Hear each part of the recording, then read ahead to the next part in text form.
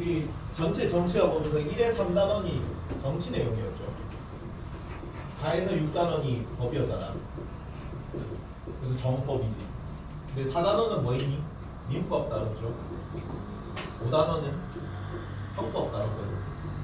민법은 누구랑 누구 관계였어요? 개인과 그지. 개인과 개인 관계고. 형법 개인과 국가 관계고. 국제법이 국가와 국가 관계입니다. 국가. 개인, 국가 관계. 국제법인데 여기는 내용이 좀 작아요. 이런 거는 좀 되게 구체적으로 디테일하고 세부적으로 나오는데 이런 건 유공식 형태하거든. 그러니까 그 국제법이라는 게 국내법을 준용해서 한다, 혹은 관습법을 국내법 취급한다, 뭐 이런 느낌이라서 그렇게까지 자세하진 않고 심지어 뭐도 없냐면 강제력이 없어서 사실. 그러니까 국가에서 뭐 하고 징역 넣고 이렇게 할 수 있잖아. 근데 유엔에서 밑에 이제 국제사법재판소가 있는 건데 국제사법재판소에서 재판한 다음에 그 국가를 깜빵에 집어넣고 이렇게 할 수가 없잖아. 강제배상 명령 이런 거 신청 안 한다고 뭐 그 강제 집행 이런 거 할 수가 없단 말이야. 심지어 사법재판소로 가는 것도 당사국 둘이 동의를 해야 갈 수 있습니다.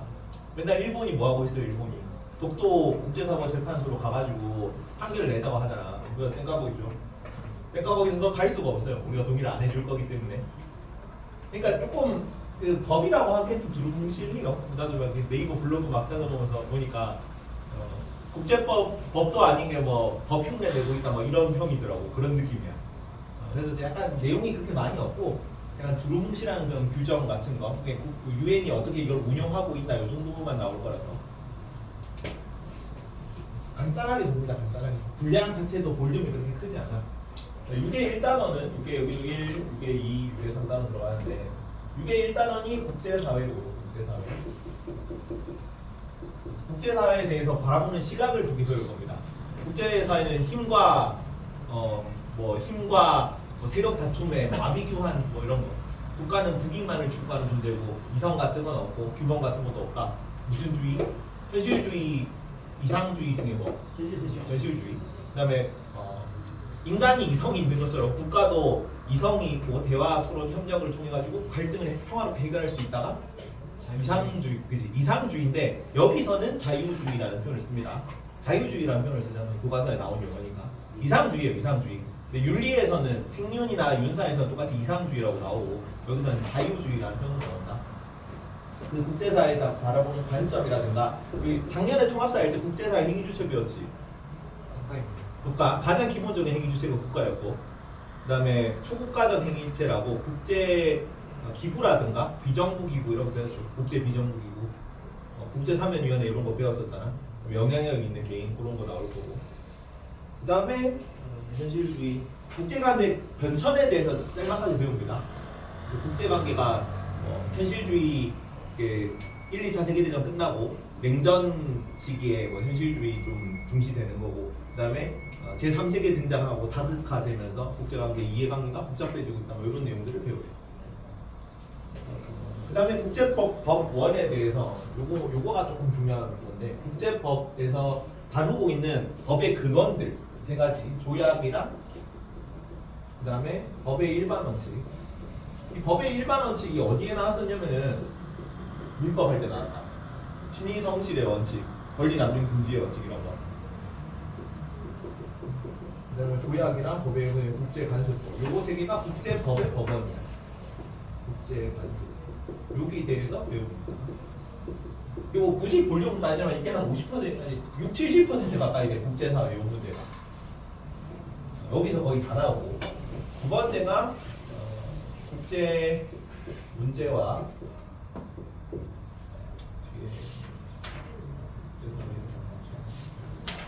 국제 기구입니다. 국제 기구인데 여기서 딱 뭐만 나오냐면 유엔이랑 국제사법재판소만 나와요.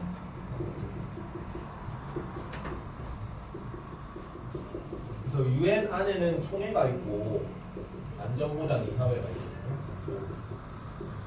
총회는 의결 몇 명 정족수, 안보리는 몇 명 의견 정족수, 국제사법재판소는 몇 명 이상 재판관 동의해야 판결이 승인된다 이런 걸 배울 겁니다. 여기는 국제사법재판소 재판관이 몇 명이고 어떻게 선출되는 거고, 총회는 어떤 식으로 운영되고, 안보리는 상임 이사국은 어떤 권리를 가지고 비상임 이사국들은 어떻게 선출되고, 이런 내용들을 보는 거고, 3단원은 안 할 겁니다. 우리나라 국제관계 본천이거든요. 안 나와요. 작년 면회 기출에도 안 나오고 재작년 면회 기출에도 안 나오고 확인해가지고 그냥 안 가르칠 겁니다. 혹시나 학교에서 시험 대비 기간에 가르쳐 주면은 수업 시간에 수업을 하면은 그때 내용 한번 보세요. 근데 왜 여기 안 나오냐면 원래 좀 비중이 작은 파트기도 하고 모의고사에도 안 나와요. 모의고사에도 안 나오기 때문에 아마 내신에도 안 나올 거예요. 그래서 따로 안 가르칠 겁니다. 알지? 그래서 요거 그냥 날라가고 요거 한 60% 70% 되는 거 분량이 많고 나머지 20-30%가 유엔에 대해서 하세요. 국제사법재판소가 유엔 밑에 있기 때문에 이 내용들을 짤막하게 읽는 겁니다. 일단 85페이지부터 국제사회부터 국제사회.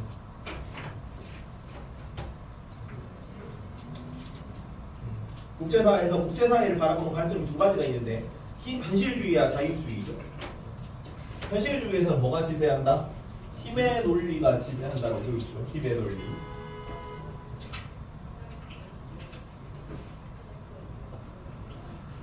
그리고 이 두 가지 관점이 현실에서 다 공존하고 있어요. 현실주의에서는 국제사회는 힘의 논리로 이루어진다고 보고, 자유주의는 보편적 이성이나 선이라든가 그다음에 이번 규범, 국제법 같은 겁니다.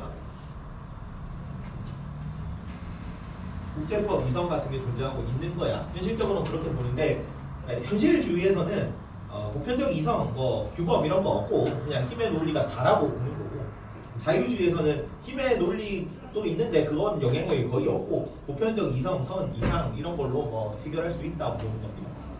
그러니까 현실적으로는 둘 다가 공존하고 있지만 국제사회의 특징으로 나와요. 이게 공존하고 있다. 근데 자유주의에서는 이쪽 입장만 보는 거고 현실주의에서는 이쪽 입장만 보는 겁니다.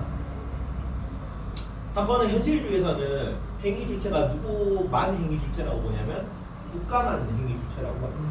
3번 국가. 근데 자유주의에서는 나머지가 다 행위 주체가 될 수 있다고 봅니다. 국가뿐만 아니라 국제기구, 비정부 기구, 영향력 있는 개인까지. 유엔 사무총장, 교황, 국제적인 스포츠 스타 이런 사람들도 국제사회에 영향을 미칠 수 있죠. 그것도 다 행위 주체가 될 수 있다고. 근데 현실주의에서는 그런 건 영향이 거의 없어. 그건 그냥 일부 예외적인 사례일 뿐이지 그냥 모든 국제사회에 영향을 미치는, 국제사회를 돌아가게 하는 그 주된 원동력은 국가에 의한 것만 있다라고 보는 거지. 현실주의는 국제사회가 힘의 논리가 지배하기 때문에 힘의 불균형이 일어나면은 분쟁이 생겨요. 갈등이 생겨요. 한 칸 옆으로 와. 숨어있지 말고. 그리고 자유주의에서는 보편적 선이나 규범 같은 게 사회를 지배하고 있다고 보기 때문에 이성이 지배하는데 국가 간의 이 의사소통이 제대로 안 돼. 오해, 갈등이 생기면 분쟁이 일어날 수 있다고 봐. 그리고 국제법 이런 거 만들어놨는데 제도적 허점이 있어. 그래서 모든 사례를 다 반영하지 못해가지고 예외적인 사례 때문에 갈등이 생길 수 있다고 보는 거지. 그러니까 그 국제사회에 대한 인식에서 국제 갈등 분쟁 원인이 나타나는 거고, 그렇기 때문에 갈등 분쟁 원인을 미비한 점을 고치면 해결책이 되겠죠. 그 두 가지 방법이 좀 시험에 나온다. 4번, 5번에 글표 하나씩 쳐라. 엄청 자주 나오는 용어입니다. 용어. 자, 4번에는 세력 균형이라고 쓰고요. 세력 균형 전략. 세력 균형.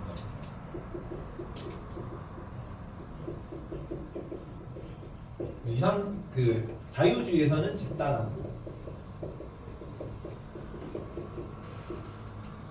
여기 갈등 원인이 뭐라 그랬어?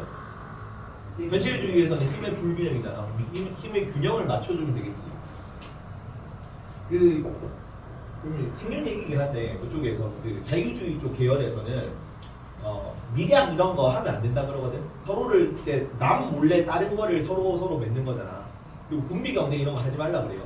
군비 경쟁. 내가 내가 군사를 늘리면은 남도 거기 자극받아서 군사를 늘리고, 그러면은 오히려 상대방에 대한 불안감을 조성하기 때문에 평화를 해칠 가능성이 높다고 봐요. 자유주의에서는 그렇게 보겠죠. 내가 막 불안해가지고 힘을 키우면은 의사소통이 제대로 안 된 상태잖아. 저쪽도 불안하니까 더 그 할 거 아니야. 그럼 갈등이 증폭되겠지. 근데 여기서는 현실주의 입장에서는 그 저쪽에서 세력을 키우잖아. 그러면 내가 평화를 위해서 세력 균형을 맞춰줘야 돼. 내 힘이 약해지면 저쪽에서 침략해 들어올 거거든. 그럼 평화가 깨지는 거야. 그렇지. 그리고 이쪽에 세력이 A국, B국, C국인데 A국 세력이 커져. 그러면 BC가 미략을 맺어서라도 이 BC 합한 게 A랑 세력이 비등비등하게 맞춰줘야 돼요. 그래야 평화가 도래. 평화를 맞추기 위해서 막 미략이나 협잡이나 뭐 그 서로 동맹 같은 거 맺는 거를 해야 되는 겁니다. 이런 거를 세력 균형 전략이에요. 세력을 좀 엇비슷하게 해가지고 힘의 균형 상태를 통해서 불균형을 해소함으로써 평화 상태를 만드는 거예요. 집단안보체제는 반대입니다. 반대.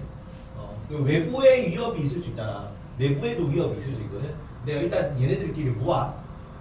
그래서 좀 혼자서는 외부 위협에 대처하기 좀 취약할 거 아니야. 그래서 어떤 안보 체제 같은 걸 만들어가지고 이 주변에 있는 대상국들을 다 모읍니다. 그러면 거대한 안보 체제가 구성이 되겠죠. 그러면 외부든 내부든 간에 이 안보 체제를 위협하는 어떤 존재, 그 존재를 공동의 위협으로 간주합니다. 그래서 A, B, C, D가 이렇게 다 같이 있는 이어서 하자.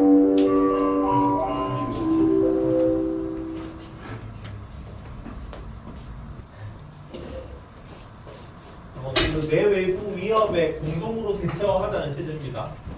그러면은 요 대상국들이 여러 개국들일 거니까 여기서 뭐 들어오고 혹은 내부에서 조금 분란이 일어나도 얘네들이 다 같이 힘을 합쳐서 이렇게 진압을 하게 되면은 상대적으로 평화가 유지될 확률이 높다고 보는 거지. 좀 이상적이긴 하죠. 자유주의. 집단 안보 체제라고 해요. 요 용어를 기억해라. 이거 용어가 좀 집단 안보라는 것도 이게 이 세력 균형 집단 안보를 대립적인 의미로 용어를 딱 안 외워두고 뭐 현실주의에서는 집단 안보 체제를 강조한다 이러면 맞아 보이거든. 그렇지. 근데 용어를 이거는 자유주의에 속한다고 안 외워놓고 그래가지고 내용이 여기 사실 별로 안 어렵거든 6단원이. 근데 모의고사를 치면 애들이 여기가 오답률이 좀 높아. 뒤에 나중에 오답률 높은 문제 가져왔거든 모의고사에서. 근데 오답률이 낮은 거에 비해서 오답률이 높은 거에서 문제가 별로 안 어렵거든. 안 어려운데 오답률이 높은 이유는 뭐냐면 여기까지 애들이 공부를 많이 안 해요. 그치 맨 마지막이잖아. 쭉 늘어지고 막 이렇게 하는 거지. 학교에서도 좀 기말고사는 좀 흐지부지하고 막 진도 바빠가지고 대충 가르치고 그래가지고 애들이 내용이 뭐 이렇게 공부하면 되는데 이까지 공부를 잘 안 해. 그래서 틀립니다. 용어 좀 알아두세요. 그래서 용어를 애들이 모르니까 그냥 쉬운 문제대로 틀린다고. 현실주의에서 다른 거를 그렇지 강조하는 거지. 현실주의에서 아니야 이 현실주의에서 세력 균형을 강조하는 그렇게 거고. 말하면 틀린 거예요. 그렇지 그렇게 말하면 틀린 거지. 집단안보 체제는 자유주의에 나오는 용어거든. 그리고 공통점은 둘 다 중앙정부가 부재한다는 것이 공통점입니다. 세계정부가 없다고. 세계정부. 국제연맹이 있는데 걔네는 어떻게 보면 약간 동호회 같은 느낌이야. 국가들끼리 모인 동호회이지.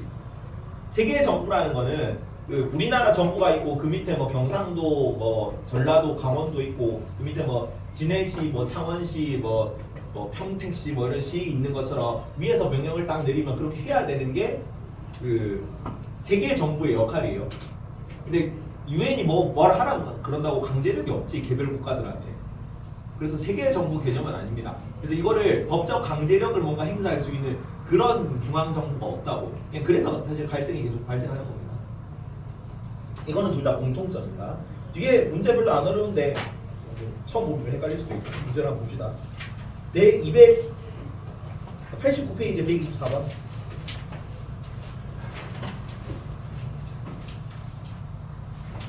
바로 나오네. 서준아. 23년 4평인데 자유주의에서는 전쟁을 억제하기 위해 집단안보 체제 구축이 필수적이라고 본다. OX. 5입니다. 5. 집단안보는 자유주의에 나오는 용어를 했어. 자, 3. 자유주의에서는 이성과 제도가 힘의 논리보다 국제사회에 더 큰 영향력을 끼친다고 본다. 5지 5. 여기는 이성, 제도, 뭐 규범 이런 게 더 중요하다고 보는 입장이고. 상원하자 현실주의에서는 국가들이 이기적 행위자이기 때문에 국가 간 협력은 불가능하다고 본다. 5입니다. 5. 그래서 국가 간 협력이 아예 불가능하기 때문에 힘의 균형 상태로만 가능한 거야. 집단안보 체제 이런 건 협력이지. 애들끼리 뭉쳐가지고 우리 체제를 위협하는 건 다 조지자에게 협력하는 거잖아. 여기서 협력이 안 되니까 세력을 엇비슷하게 맞춰놔야 전쟁이 안 난다고 보는 겁니다. 저 BC가 하는 게 BC가 하는 거야. 동맹이죠, 동맹. 힘의 세력 균형 상태입니다. 그리고 언제든지 뒤통수 칠 수 있어요, 여기는. 국가 간 협력은 불가능하고 127페이지. 전쟁 냉전 체제는 현실주의적 관점보다 자유주의적 관점으로 설명하기 용이하다. 냉전 체제. XX. 요거는 세력 균형이죠. 근데 뭐라고 생각하냐면 그 애들이 이념 이런 거니까 그냥 공산주의, 자본주의 이념에 따른 거잖아.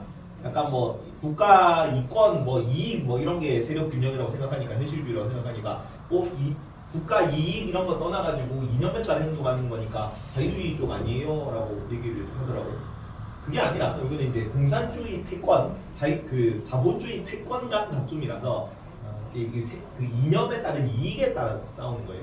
세력 균형 전략이 맞습니다. 이거는 127번에는 X. 자, 상원아. 자유주의와 현실주의 공통점이다. 국제사회의 보편적 선이나 규범 이성이 존재한다고 본다. 자유주의에서는 이렇게 볼까?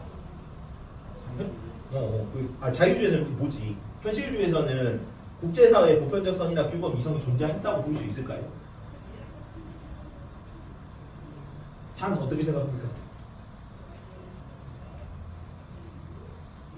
없습니다. 없어. 그래서 X입니다. 자유주의에만 해당되는 표현이에요. 공통점은 뭐가 나오냐면 중앙정부가 없다는 것만 공통점이야. 그러니까 이게 또 뭐랑 좀 헷갈리냐면 국제사회에 대한 뭐 국제사회의 현실에 뭐 설명한다 그런 거는 규범과 힘의 논리가 공존한다가 나오거든요. 국제사회의 특징으로 나와. 근데 그 국제사회의 특징 중에 힘의 논리만 조명하는 쪽이 현실주의고, 그다음에 규범, 이성 이런 것만 조명하는 쪽이 자유주의라고. 29번에 그러니까 자유주의, 현실주의 공통점. 국제사회의 무정부성이 존재한다고 본다. 혹은 국제사회의 주권 국가의 강제로 행사할 수 있는 중앙정부가 존재하지 않는다고 본다.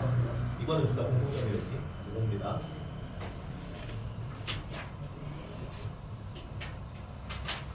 자, 85페이지부터 가볼게요. 국제관계 편천이고. 자, 7번에 베스트팔렌 조약이라고 처음 들어볼 텐데, 그 중세의 마지막을, 그러니까 중세가 끝나고 근세가 시작하는 기점을 학자마다 여러 개로 잡거든요.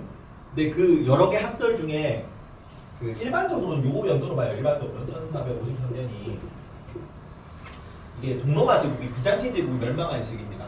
비잔틴 제국 멸망하고 나서 조금 있다 신라노 개척이 시작되거든요. 신라노 개척이 시작된다는 거는 자본주의가 발달하고 그다음에 절대 왕정이 시작된다는 얘기야. 교황권이 줄어들고 황제권이 늘어나니까 절대 왕정 시작부터 근세로 보는 입장이 일반적인데 여러 학설들 중에 1648년으로 근세 시작을 잡는 경우가 있어요. 이거는 무슨 기준이냐면 30년 전쟁이니까 1618년부터 30년 전쟁이 벌어졌거든요. 독일에서 벌어진 전쟁입니다. 그래서 종교개혁 이후에 개신교랑 원래 있던 천주교랑 막 국가들끼리 나눠서 싸우다가 30년 동안 막 지지고 볶아다가 이제 딱 조약을 맺은 게 1648년에 베스트팔렌 조약입니다. 베스트팔렌 조약이라고 나오죠. 이름도 좀 외워. 베스트팔렌이라고. 이 그 W가 독일어권에선 B 발음 난다는 걸 알고 있니? W가 B 발음 납니다.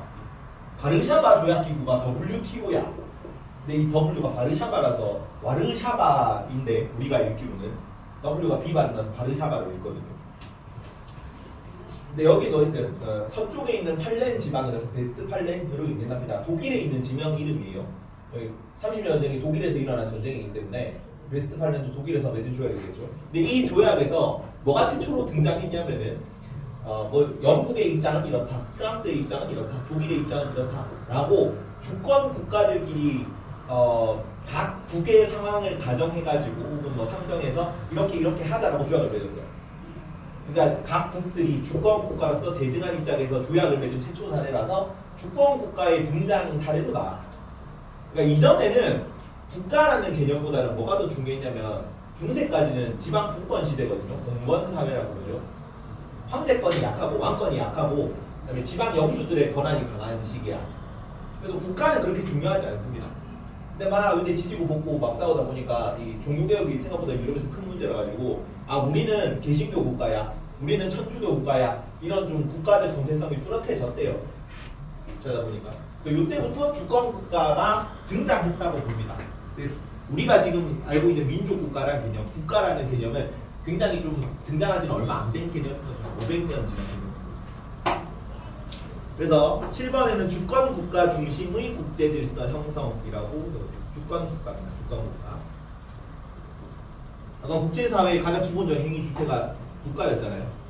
그 국가가 등장한 게 이때라고 베스트팔렌 조약 이후. 자 그리고 이 베스트팔렌 조약이 유럽에서 맺어졌겠죠. 독일에서 맺어졌으니까. 다른 나라는 여전히 국가라는 개념이 없어요.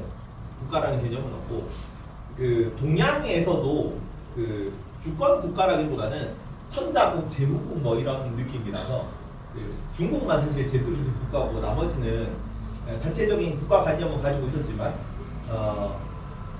그 큰 세계 안에 속한 그런 느낌인 거지. 대등한 주권 국가 개념은 아니야. 그 오랑캐, 뭐 하이간 뭐 이러잖아. 중화 민족과 오랑캐로 이루어진 세계인 거지. 주권 국가의 세계가 아니라. 근데 그 이제 식민지 이 산업혁명 이후에 막 물건이 많이 늘어나니까 팔 시장이 필요하다 그랬지. 작년에 그 경제 파트 할 때 설명했는데 기억나니? 산업혁명 이후에요. 산업혁명 이후에 물건을 엄청 과대 생산하다 보니까 이거를 갖다가 팔 식민지가 없으면은 과잉 생산 때문에 대공황이 터진다고. 그래서 미국에서 대공황이 제일 먼저 터졌었죠. 왜냐면 미국이 후발 자본주의 국가라 가지고 식민지가 많이 없었거든요. 하여튼 그래서 산업혁명이 영국에서 터지고 나서 영국이 그래서 제일 빨리 식민지 개척 시작해가지고 영국이 전 세계에서 가장 넓은 영토를 차지한 나라였잖아. 대영제국. 별명이 해가 지지 않는 제국이었죠. 여기서 해지면 다른 그 정복지에서 해가 뜨니까. 그래서 산업혁명 이후에 식민지 개척이 어떻게 보면 필연적인 거야. 그 근대 시작은 산업혁명과 함께 시작하는 건데 그 이후에 식민지 개척을 하는 거고. 그럼 이제 모든 나라들이 산업혁명에 접어들게 되면은 모든 나라들이 식민지를 필요로 하게 돼서 서로 식민지 쟁탈전이 일어나요. 그래서 1, 2차 세계대전 둘 다 어떤 나라에서 일으켰냐면 독일에서 일으켰거든. 근데 독일이 후발 자본주의 국가인데 생산량은 쭉 올라가는데 영국, 프랑스가 이미 다 식민지 차지한 뒤인 거죠. 그래서 우리도 식민지 좀 주세요 하면서 일으킨 전쟁이 1, 2차 세계대전입니다. 근데 그 과정에서 이제 식민지로 삼던 나라들이 독립하잖아. 근데 식민 통치를 하면서 영국 혹은 프랑스의 식민지라면서 영국이나 프랑스의 주권국가 개념을 식민지들이 처음 접하게 되거든. 그리고 1, 2차 세계대전 끝나면 걔네들이 이제 독립국으로 독립할 거 아니야. 그리고 주권국가로서 독립하는 거예요. 유럽의 그 정치 제도 혹은 정치 개념, 주권국가 개념을 학습한 채로 이제 독립을 하는 거지. 그래서 제국주의 시기에 유럽의 주권국가 개념이 전 세계로 확대됩니다. 이 두 개는 좀 밑에는 외웁니다. 세계대전 시기에 제국주의 시기에 주권국가 개념이 확대되고 세계대전 시기에는 1차 대전 후 국제연맹이라고 해요. 국제연맹 1차 세계대전 때 2차 세계대전 이후에 각각 국제기구가 세계적인 국제기구가 만들어졌는데 이때는 국제연맹 2차 때가 국제연합이죠. 지금 연합이다. 그 영어 명칭도 알아둡니다. 이거는 LN이라고 그러고 리그 오브 네이션이에요. 국제적인 연맹. 국가들의 연맹이요. 리그. 이거는 유나이티드 네이션입니다. 국가들의 연맹. 이거 좀 단어를 외워둬야 되거든. 국제 1차 때는 연맹이고 LN이고 2차 때는 연합이고 UN이다. 외울 때는 1은 좀 숫자가 직각이지. 직각이잖아. 1이. 직각이지. 여기도 직각입니다. 맹 직각이잖아. 맹. 여기도 L 직각이잖아. 그지? 2는 숫자가 좀 둥글둥글하죠. 2는 좀 둥글둥글하니까 연합 둥글둥글하고 U 둥글둥글하잖아. 이런 느낌으로 외웁니다. 외워야 돼요. 이거까지. 1차 연맹을 딱 이렇게 국제 1차 끝나고 왜 이게 2차 끝나고 연합으로 바뀌었냐면 국제 연맹이 가진 문제점이 뭐였냐면 일단은 강대국들이 다 빠졌습니다. 미국, 소련이 불참했어. 사실은 이거를 제일 처음 주장했던 사람은 미국의 윌슨 대통령이에요. 윌슨 대통령이 막 민족 자결주의하고 뭐 14개조 평화원칙 뭐 이런 거 얘기하고 있잖아. 비례사유주를 참가해가지고 거기 우리가 이제 그 파리 강화에 파견하고 거기 헤이그 특사, 헤이그 특사는 아니구나. 네덜란드 파리 강화에 김규식 파견하고 했던 그거 그쪽에서. 근데 미국이 정작 이런 거 만들어 놓자 보여놓고 대통령은 하고 싶어 했거든, 윌슨 대통령은. 근데 돌아가니까 의회에서 반대했습니다. 그러니까 1차 세계대전 때 뭐 우리 지금 하는 것처럼 유럽 양쪽에 막 무기 팔아먹고 물건 팔고 이러면 되지. 굳이 우리가 직접 개입해가지고 그 우리 국력을 들이고 돈을 들이고 이런 게 그럴 필요가 있나? 옛날부터 1차 세계대전 이전에는 미국은 고립주의라 그래서 국제적 개입 이런 거 되게 싫어했거든요. 그러니까 우리끼리 안에서만 잘 먹고 잘 살다. 사실은 유럽 그때는 유럽 영향력이 더 강한 시기였기 때문에 고립주의는 우리나라에서 유럽 영향력을 배제하자는 그런 사상이었어. 그래서 1차 대전 끝나고도 우리는 유럽이랑 별로 엮이기 싫다 이래가지고 국회에서 반대해서 미국이 국제연맹에 불참합니다. 그리고 마찬가지로 소련도 국제연맹에 불참해요. 그러니까 제일 강한 애들 둘이 불참하니까 나머지 강대국들도 영국, 프랑스 이런 애들 있잖아. 참가하긴 했는데 참가해봤자 별로 메리트는 없어. 그러니까 여기에 참가해가지고 우리가 어떤 이익을 보장받는 이런 게 아무것도 없어. 그래서 뭐 강제력도 없고 뭐 국제적인 발언권도 없고 그러지. 그래서 2차 때 국제연합 시기에는 뭘 주냐면은 강대국들은 좀 메리트를 줘. 소련 그 상임이사국 5개국이 뭡니까? 이때 당시 세계 초강대국 5개국입니다. 미, 중, 영, 틀어가 상임이사국 5개국이거든요. 여기 사실은 어디도 좀 들어갈 급으로 치면 어디도 들어가야 되냐면 일본이랑 독일도 들어가야 돼요. 근데 얘네들 왜 못 들어갔어? 일본, 독일. 졌습니다. 그렇지. 여기 2차 세계는 끝나고 만든 건데 독일이랑 일본은 뭐야? 전범국이죠. 전쟁 범죄자국이기 때문에 들어갈 수가 없는 거지. 그래서 걔네 빼고 5명. 영프 독이 유럽 3강인데 독일 빼고 영프 들어가는 거고 미국, 중국은 그때 당시 뭐 미러는 이제 소련, 미국이라서 그 양극 체제의 두 중심 국가고 중국은 이제 러시아 견제하려고 미국이 넣었어요. 그래서 이것도 내용이 좀 엄청 웃긴데 여기 중국은 사실 미국이 넣은 중국은 중화민국입니다. 장제스의 중화민국이야. 그래서 러시아가 중국 들어오는 거 되게 싫어했어. 근데 나중에 뭘로 바뀐 거야? 공산당의 마오쩌둥의 중화민주공화국, 중화인민공화국이 됐거든요. 그래가지고 여기 들어와가지고 지금 5개 균형을 이루어서 얘네들이 거부권이라는 걸 받았어요. 이제 국제적 안건에 대해서 우리가 싫으면 안건을 부결시킬 수 있습니다. 전쟁 파견하고 경제 제재하고 이런 거를 모든 5개국이 다 동의해야 만장일치를 해야 국제적인 뭔가 영향을 행사할 수 있어. 그리고 여기는 국제적인 강제력이 아무것도 없었거든요. 뭔가 제재를 할 수 있는 게 없어. 근데 여기는 한 번밖에 파견되지 않았긴 하지만 유엔군이라 실제로 활약한 전적이 있지. 유엔군. 우리나라에 6.25전에서 파견한 게 유엔군이었잖아. 그런 식으로 강제력을 행사한 전적이 보여. 그래서 이전보다 위상이 좀 많이 올라갔어요. 평화 유지군이라고 분쟁 지역에 파견할 수 있는 좀 군사력 같은 것도 있고, 그리고 뭐 경제 제재라든가 외교 제재라든가 이런 거 다 할 수 있는 강제력이 이전보다 훨씬 강하게 있어요. 그래서 얘는 제재가 가능합니다. 국제연합, 국제적 제재가 가능해. 그래서 얘를 중심으로 해가지고 국제사회가 아직도 굴러가고 있는 중이지. 그래서 안보리 이사국은 요거 안보리의 경우는 이거 현실주의가 자유주의. 안보리가 거부권을 가진다. 현실주의예요, 현실주의 이거. 애들이 뭐 세계 기구 뭐 이런 거 국제법과 관련된 뭐 이런 거 하니까 자유주의 막 이렇게 생각할 수 있는데 여기는 강대국들만 거부권을 가진 않아. 상임이사국만. 그래서 힘의 논리가 반영된 거야. 현실주의입니다. 그래서 세계대전 시기에 8번 1차 대전 후에 국제연맹 창설 겸 일어난 국제연맹 8번의 국제연맹 창설로죠. 하지만 누가 불참했다? 미소가 불참해가지고 실질적 영향력이 없었다. 소련을 불참한 거는 당연히 나머지 다 뭐예요? 여기 중국은 그 중국이랬지. 그 중화민국 장제스의 중국이랬죠. 여기 아니다. 요거는 2차 되겠네요. 이 LN 때 소련이 불참한 거는 나머지가 다 자본주의 국가야. 자기 혼자 공산주의인데 가면 왕따 당하니까 소련 쪽에서 거부했어. 그러니까 굳이 이제 소련 영향력이 약화될 것 같아가지고 참가했다가 거부해가지고 안 들어가고 자체적으로 뭐 이렇게 뭐 그 동유럽 쪽에 영향을 확대하는 방식으로 되는 거죠. 아래쪽 냉전 시기 봅니다. 9번에 국제연합 쪽 국제연합 창설. 강대국들이 안전보장이사회에 얘네들 미중 영토러가 참가하면서 얘네들 거부권 같은 이득을 가져가면서 국제사회에서 영향력을 행사하게 됩니다. 그러고 나서 2차 세계대전 끝났자. 2차 세계대전 끝나고 나서는 무슨 시기라 그래? 냉전 시기라고 하거든. 누구를 중심으로? 미국 소련. 그 냉전이 왜 냉전이에요? 근데? 뭐가 콜드 워거든 영어로 하면. 뭐 반대말이야? 냉전이니까.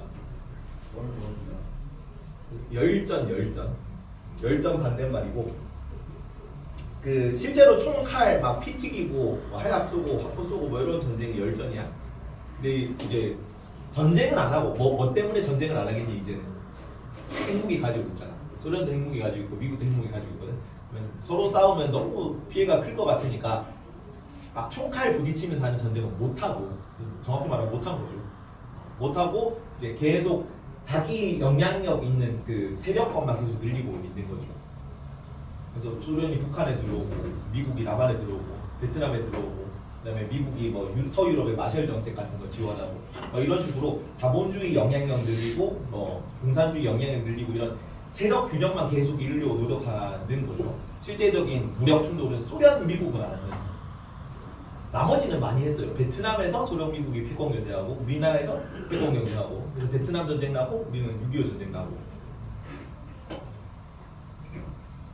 그래서 냉전이 형성되던 시기입니다. 냉전 시기. 요 냉전과 관련해서는 연도를 좀 3개만 외워놔라. 69년 이거 작년에 아마 얘기를 했을 텐데 69년이 기점입니다. 69년에 어떤 게 있었냐면 닉슨 독트린이라는 게 있었어요. 닉슨.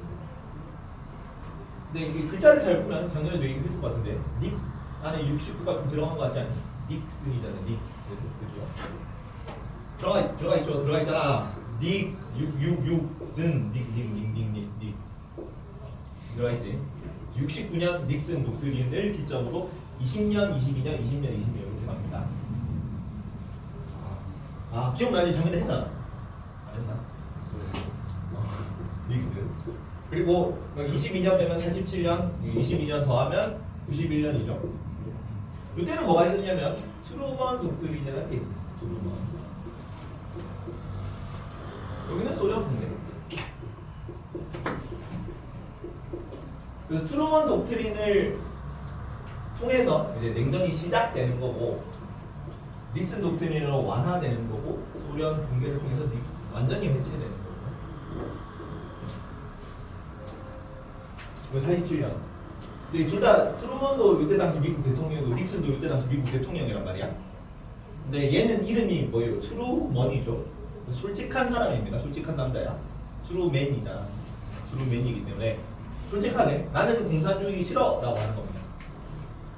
그래서 트루먼 독트린으로 소련과 단절하고 냉전이 시작됩니다. 근데 닉슨은 이름이 좀 닉이 들어가잖아. 그래서 뭐 닉네임 생각하든지 자기 이름 숨긴다든지 자기 마음을 은닉한다든가.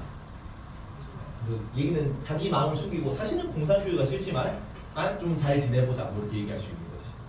그래서 이때부터 냉전 완화 시기고 닉슨 독트린 때부터 데탕트 시기라고 하는 거지.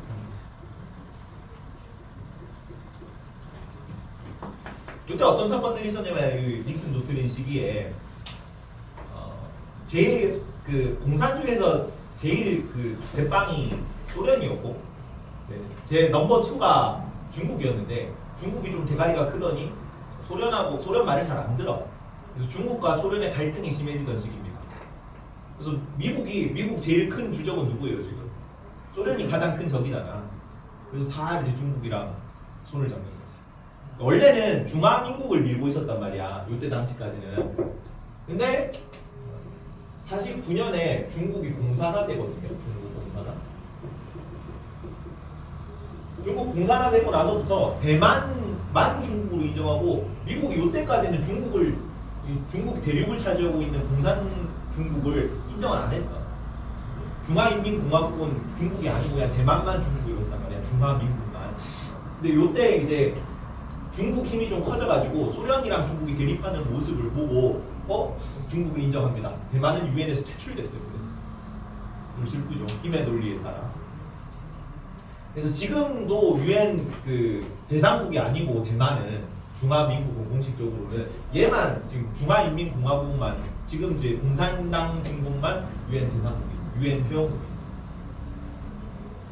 그래서 이때 중국이 커지면서 이때 닉슨이 중국이랑 좀 손을 잡으면서 냉전 체제가 조금 무너지기 시작했고 완화됐다 그래요. 이걸 데탕트라고 합니다. 데탕트 들어봤죠? 냉전이 이거 닉슨 독트린으로 냉전이 해체됐다 그러면 틀린 선지야 이거. 왜냐면 요거는 이거고 이거는 이 소련 붕괴로 완전히 해체되는 거니까. 여기는 데탕트는 완화하고 닉슨 독트린이 이루어진 거야. 그리고 요 시기에 핑퐁맨 중국이랑 손잡는 거랑 또 어떤 사건도 있냐면 제3세계라는 게 등장해요. 제3세계. 그래서 여기는 무슨 체제냐면 양극 체제야. 누구가 중심인?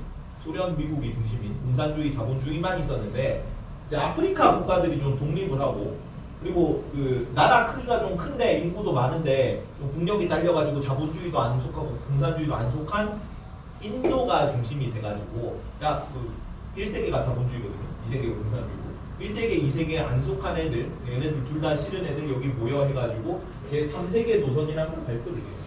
비동맹 국가들입니다. 비동맹 국가들. 그래서 이런 거 등장하다 보니까 혹시 그 공산주의, 사회주의, 공산주의, 자본주의 사이도 조금 풀리고 중국이랑 미국이 손을 잡으면서 그리고 이집트라든가 인도라든가 아프리카 국가들이라든가 얘네들이 뭉쳐가지고 비동맹 중립 노선 제3세계 국가들이 자기가 비동맹 중립 노선이라는 걸 표방하면서 사회가 좀 다극화되는 거지. 여기는 양극화가 되고 여기는 다극화가 되고 약간 세계사 내용이 들어가요. 세계사. 너네 세계사 하지 않냐? 근데 여기까지 진도를 하지 않나? 너무 지라고. 10번에 트루먼 독트린. 11번에 양극 체제. 자, 냉전하는 무슨 독트린? 닉슨 독트린. 그리고 12번은 다극 체제입니다. 제3세기. 제3세기라 되는데 제3세기다. 항상 내가 전날에 막 부랴부랴 만들기 때문에. 와우! 이것도 고쳐놓을게요. 앞에 거는 내가 다 고쳐서 올려놨거든요. 이것도 고쳐서 PDF를 새로 뽑아줄게. 12번 두 자, 그리고 여기는 뭐가 들어가냐면은 자, 여기는 22지. 그렇죠? 22년 빼고 22. 여기 닉슨 독트린이 항상 중심이야. 여기서 22년 빼고 22년 더 하는데 여기 그 22가 조금 숫자가 마음에 안 들지. 22번가 애매하잖아. 그래서 딱 떨어지게 20으로 빼고 싶어. 그래서 22 한번 빼고 20 빼는데 20인데 여기 뭐가 먼저 나오면 여기는 선언 먼저 나오고 그다음에 국가 나와요. 여기도 선언 먼저 나오고 몰타 선언이라고. 몰타 선언 나오고 국가 나와요. 그러니까 69가 중심이고 22, 20 이렇게 되거든. 근데 둘 다 순서는 선언이 먼저 나오고 그 다음에 국가가 나오고 상언이 먼저 나오고 그 다음에 국가가 나오고. 이거는 냉전 해체를 발표한 선언이고 이거 발표하고 나서 2년 이에 소련이 망해요. 소련이 망하면서 완전히 양극 체제가 끝나. 이제 냉전은 없습니다. 이거는 이제 그 러시아에서 미국이랑 잘해보자고 선언한 겁니다. 몰타 선언에서. 이제 선언 이제 그 소련 자체가 없으니까 냉전이 성립할 수가 없죠. 냉전의 양 당사국이에요. 그래서 이거 교과서에 안 나오는데 요 소련 붕괴 시기를 뭐라고도 부르냐면 국제학 이런 데서는 단극적 순간이라고 불러요. 단극. 어디가 단극이겠니? 미국밖에 안 나왔잖아.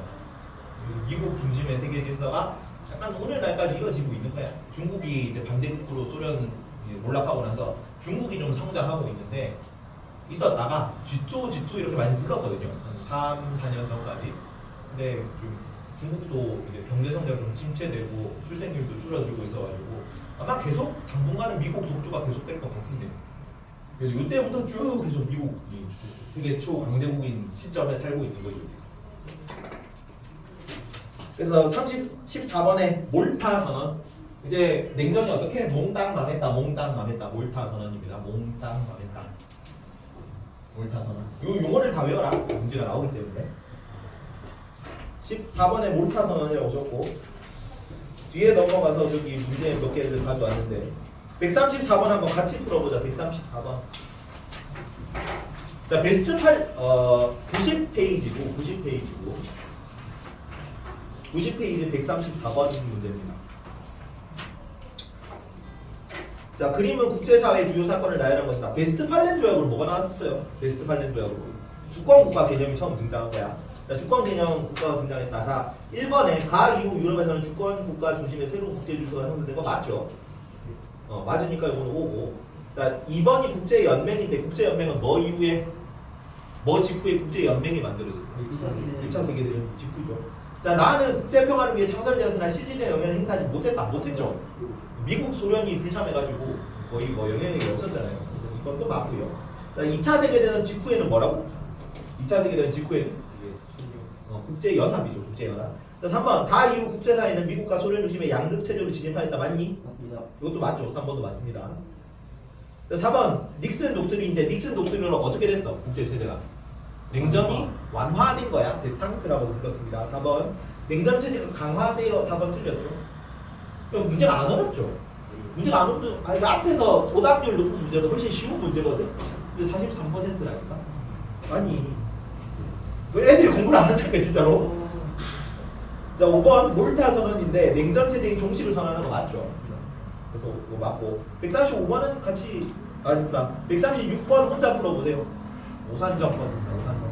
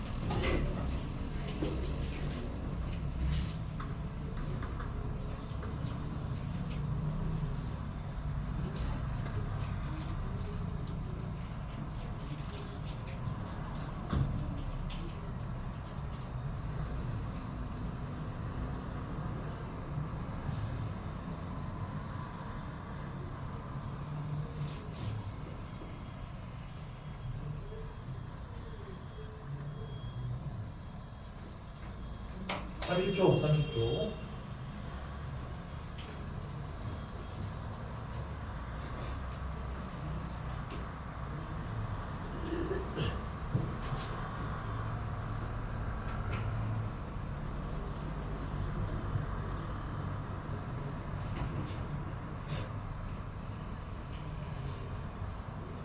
저 능력이 다 잡히기는 몇 그렇지, 전부 다 냉전이지. 저기서 유행이 어디에 들어간 거고? 유엔 여기 트루먼 독트린 앞입니다. 냉전. 그러니까 국제연합은 45년에 바로 만들어졌어요. 2차 세계대전 끝나고.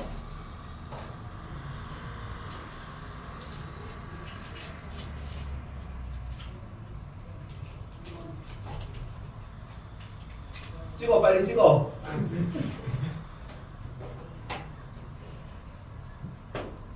5초. 3 2, 1. 답은 3번입니다. 3번. 어이. 자, 같이 한번 보자. 가시기에 국제연맹의 한계를 보완하여 국제연합이 설립되었다. 가시기 맞죠? 2차 세계대전 직후에 성립된 거잖아. 잠깐만. 아니지. 트루먼 독트린이면은 47년이잖아. 47년 이전에 국제연합이 설립된 거지. 냉전 직후에 국제연합 설립되고 그 다음에 트루먼 독트린을 한 거잖아. 그 다음에 이제 보교적으로 갈라서는 거지. 자, 나아 시기는 닉슨 독트린 이유니까 냉전 완화 시기죠. 자, 2번 나아 시기에 이념적 가치를 우선시하는 국제관계가 형성되기 시작하였다. 나아 시기 형성된 건 언제입니까? 가 시기지. 가 트루먼 독트린 발표 직후에 이제 이념적 가치 우선시하는 국제관계가 형성된 거다. 요거는 완화되는 식이지 닉슨 독트린 이유니까 나는. 3번 나 시기에는 가 시기에 비해 국제관계를 형성하는 축이 다변화되었다. 여기 제3세계 나왔다 그랬잖아. 닉슨 독트린 이후에 뭐 비동맹 중립 노선 국가들이 등장하면서 사회가 다극화되었다 그랬죠. 국제사회가. 그래서 3번이 정답입니다. 4번 다 시기는 몰타 선언이니까 냉전 해체 시기죠. 가 시기에 비해 현실주의적 관점에 기초한 집단적 동맹 체제가 강화되었다. 가에 해당되겠지. 다 시기가 아니라 현실주의 냉전 시기잖아. 현실주의가. 그래서 4번은 다 시기가 아니라 가 시기로 바꿔야 돼. 가 시기에 엔딩 이렇게 해야지. 자 5번 가 시기에서 다 시기로 변화하면서 국제사회에서 경제적 실리를 추구하는 경향이 강화됐겠죠. 오늘날에는 경제적 실리가 이념적 가치보다는 경제적 실리가 더 중요해지는 시기잖아요. 왜냐면 여기는 냉전 해체됐으니까 이념적 그런 거 없죠. 이 정도만 나오니까 풀 수 있겠지. 시험은. 다시 앞으로 돌아가서 국제법의 법원으로 국제법의 법원 몇 페이지지? 87페이지. 국제사회 행위 주체부터 뭐야? 자 1번 국제사회를 구성하는 기본 단위야 뭡니까? 국가 기본 단위 국가였죠. 국가는 뭘로 이루어져? 국민, 영토, 주권 그 세 개로 이루어진다. 이것도 가끔씩 국가를 이렇게 특정하는 걸로 나와요. 국가를 그 나타내는 선지로 나옵니다. 영토, 국민, 주권 이 세 가지로 이루어진다.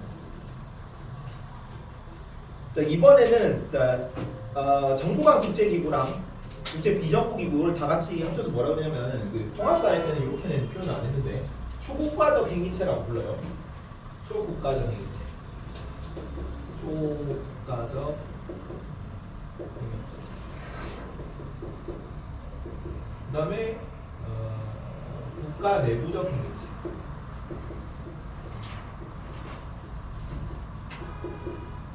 이거는 초국가적 행위체, 국가 내부적 행위체, 국가와 관련된 거고, 개인 이렇게 네 가지가 정법 과정에서 나오는 그 국제사회 행위 주체입니다.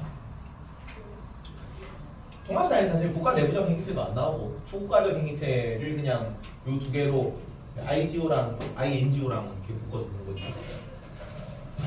초국가적 행위체에는 어떤 것들이 있냐면은 정부 간 이 생략될 때도 있고 생략 안 될 때도 있고 국제기구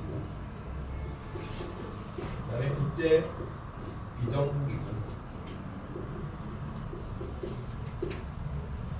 그다음에 다국적 기업까지 초국가적 행위체로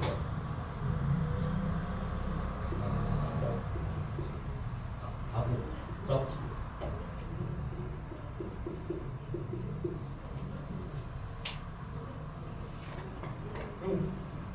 외울 수 있겠지. 10초 줄 테니까 외우세요.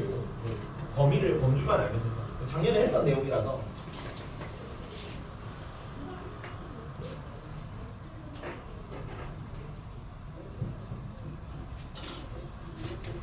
자, 내용을 보면 1번이 국가였고 2번이 초국가적 행위체입니다. 초국가적 행위체. 초국가적 행위체에는 정부가 구성 단위가 돼서 이루어진 국제기구가 있어. 정부 간 국제기구라고 하고 국제연합, 국제통화기구, IMF, 국제세계보건기구, WHO 이런 게 속합니다. WTO는 뭐야? WTO 세계 무역기구입니다. 트레이드가 T가 트레이드라서 여기는 세계보건기구인데 H가 헬스예요. 헬스 건강, 보건 그래가지고 세계보건기구라고 번역하는 거야. 그다음에 국제사면위원회 국경 의사 없는 의사의 그린피스 다 뭐였습니까 이게? 국제 비정부 기구라고 하고 국제사면위원회가 뭐 하는 건지 작년에 설명했지. 뭐 하는 거였니? 국제사면위원회. 사면이 어디 권한이었어요? 사면이 이 단원에서 대통령 권한이었다. 대통령 권한. 형법에서 이게 그 징역형을 선고받았는데 징역을 다 그 형기를 채우지 않고 중간에 풀려나는 제도였죠. 그거를 이제 국제적으로 뭐 정치범이라든가 잘못 없는 사람들, 민주투쟁이나 뭐 반식민투쟁 뭐 이런 거 하는 사람, 감옥에 가 있는 사람 풀어주라고 운동하는 단체입니다. 국경 없는 의사회는 그린피스고, 국경 없는 의사회는 의료단체고 의료구호단체입니다. 전쟁터 가가지고 무료 의료 봉사하는 단체야. 그린피스는 환경보호단체. 세이브 더 칠드런 이런 거또 나와요. 아동 구호단체. 아동 세이브 더 칠드런이니까 이런 것도 국제 그 비정부 기업이지. 삼성, 애플, 맥도날드 같은 거 다국적 기업이겠지. 다국적 기업. 그러니까 전 세계를 대상으로 뭐 상품 생산, 판매, 뭐 마케팅 이런 거를 전 세계에서 다 같이 힘 합쳐가지고 하는 거. 기업은 하는데 그런 걸 다국적 기업이라고 합니다. 그래서 5번 다국적 기업. 자 6번에 한 국가의 일부분이지만 독자적 영역 국제적 활동을 한다. 이거 작년에는 안 나왔거든요. 국가 내부적 행위체라고 해요. 중국에서 뭐 홍콩 이런 거 민주화 투쟁하고 그다음에 티베트 독립운동하고 이런 것도 다 국가 내부적 행위체로 들어가. 지방자치단체라든가 조동조합이 아니라 노동조합. 노동조합.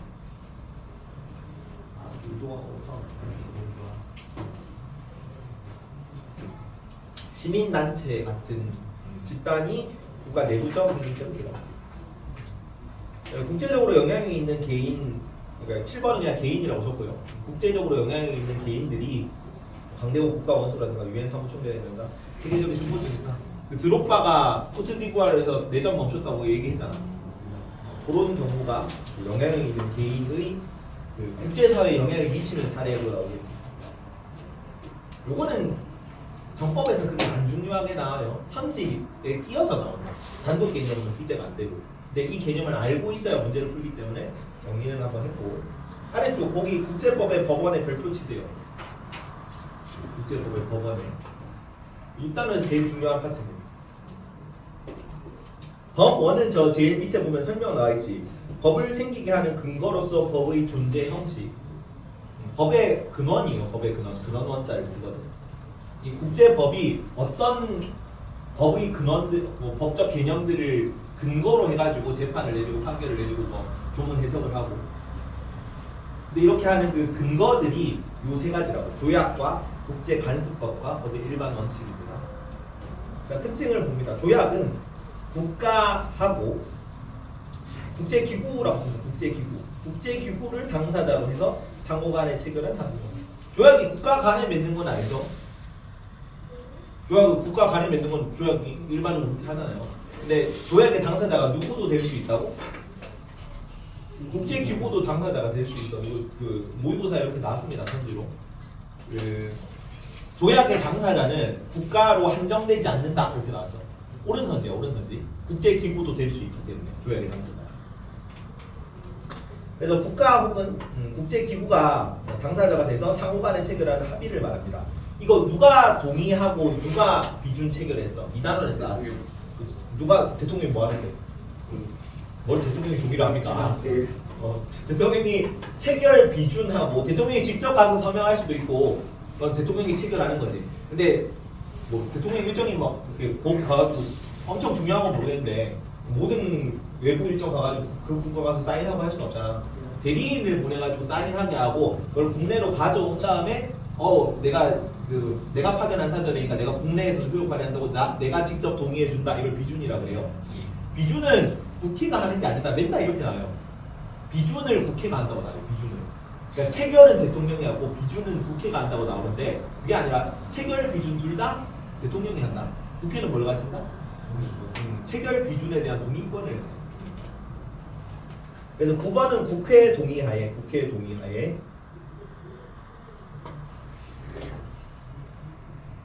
10번 대통령이 체결 비준한다. 조약에 대한 설명이고. 자, 국제 간섭 같은 경우는 국제사회의 11번 반복된 관행이라고 씁니다. 반복된 관행.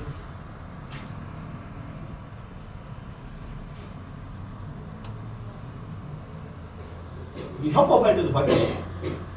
헌법에서 그 개헌 법정주의 할 때 어떤 개념이 나는지 법원이 두 개가 있어요. 법근법, 관습법하고 정무법이 있었다. 국내법도 이렇게 적용되는데 이게 뭐 이런 거 있었잖아. 뭐 사실혼 관계 이런 거 있었잖아. 혼인 신고를 안 해도 오래 그냥 그 둘이 한 집에 살고 이랬으면 그냥 실제로 결혼한 걸로 친다고. 그래서 법적 효력이 발생하는 걸로 칩니다. 신고를 안 했더라도. 그런 것처럼 다른 나라에서도 쭉 이렇게 하는 일반적인 그런 뭐 관습처럼 하고 있는 그런 거는 이제 딱 명시된 내용이 없더라도 효력을 발휘한 법적 효력을 발휘하는 걸로 친다고. 그걸 국제관습법이라고 해요. 여기는 국제법 같으니까. 그래서 반복된 관행이 법 규범으로 승인된 걸 말합니다. 자, 법의 일반 원칙은 문명국들이 공통으로 승인하에 따르는 보편적 원칙입니다. 보편적 원칙. 이 보편적 원칙은 우리가 민법 할 때 봤던 그 법의 일반 원칙과 똑같은 거예요. 신의성실의 원칙, 권력 남용 금지의 원칙 이런 게 좋아요. 손해배상 책임의 원칙 밑에 나온 거 사례까지 좀 알아둬야 된다. 네, 사례까지. 자, 그리고 포괄적 구속력이라는 표현이 나오는데 이거를 설명을 안 듣고 적으면은, 그러니까 설명을 안 듣고 보면 애들이 틀립니다. 그러니까 국제간섭법은 포괄적 구속력이 있을까 없을까? 뉘앙스로만 포괄적 구속력이 있는 겁니다. 왜 포괄적 구속력이라는 단어가 나오냐면, 자, 조약은 누구한테만 효력 발휘하는 거냐면, 조약은 체결 당사국들 혹은 체결 당사 기구한테만 효력이 있어요. 그거는 제한된 구속력이지. 다 법적 구속력이야. 조약도 법적 구속력이고 국제간섭법 법의 일반 원칙이 전부 다 법적 구속력을 가져요. 근데 조약은 체결 당사국들한테만 영향이 있으니까 제한적인 거고, 국제간섭법 법의 일반 원칙은 포괄적 구속력을 가진다고 해요. 그러니까 조약 체결을 안 했더라도 모든 국가에 일반적으로 적용되는 원칙이라고. 자, 그래서 포괄적 구속력은 뭐가 있고 뭐가 없다고. 포괄적 구속력. 조약은 없고 조약은 없어요. 포괄적 구속력이 없습니다. 왜냐하면 제한적인 거죠. 체결 당사국한테만 효과가 있으니까. 나머지는 따로 이렇게 문서적 합의 형식을 안 따르더라도 모든 국가에 전부 다 적용된다고, 포괄적으로. 그래서 포괄적 구속력이라는 표현을 씁니다. 법적 구속력은 다 있는 거고, 조약이든 뭐 일반 원칙이든. 근데 포괄적 구속력은 국제간섭법 일반 원칙에만 있습니다. 13번은 X고 14, 15번은 동그라미고. 그리고 문서 형식으로 합의를 한다. 그리고 별도 입법 절차가 필요하다. 뭐겠니? 문서 형식으로 이루어지고, 그다음에 별도의 입법 절차가 필요해요. OXX입니다. OXX. 법의 일반 원칙도 그냥 일반적으로, 그러니까 뭐 신의성실이라든가 뭐 권리 남용이라든가 일반적으로 받아들여지는 거예요. 별도 조약 체결 뭐 이런 거 안 하더라도. 여기 별도 입법 절차라는 거는 뭐 체결 비준 이런 겁니다. 동의 이런 거. 그런 과정을 거쳐야 국내법과 같은 효력을 가질 거예요. 조약은. 그래서 16번은 OXX, 16, 17, 18 OXX. 자, 사례는 조약인데 양자 조약은 국가 대 국가 혹은 국가 대 국제기구로 하는 거고, 다자 조약은 3인 이상이, 그러니까 3개국 이상 혹은 3개 국가나 국제기구 이상이 관련된 조약을 다자 조약이라고 합니다. 19, 20번이 조금 시험에 나오는데 국제간섭법 사례. 왜냐하면 법의 일반 원칙은 앞에도 나오거든. 형법할 때도 나온단 말이야. 근데 국제간섭법은 여기만 나오니까 이런 사례가 나오는데 19번에 국내 문제 불간섭 두 가지를 외웁니다. 두 가지. 국내 문제 불간섭과 국내 문제 불간섭. 국내 문제 불간섭. 그다음에 사절. 여기 뭐라 그랬냐? 외교관이네. 외교관. 사절이 아니라 외교관 면책 특권. 외교관 면책.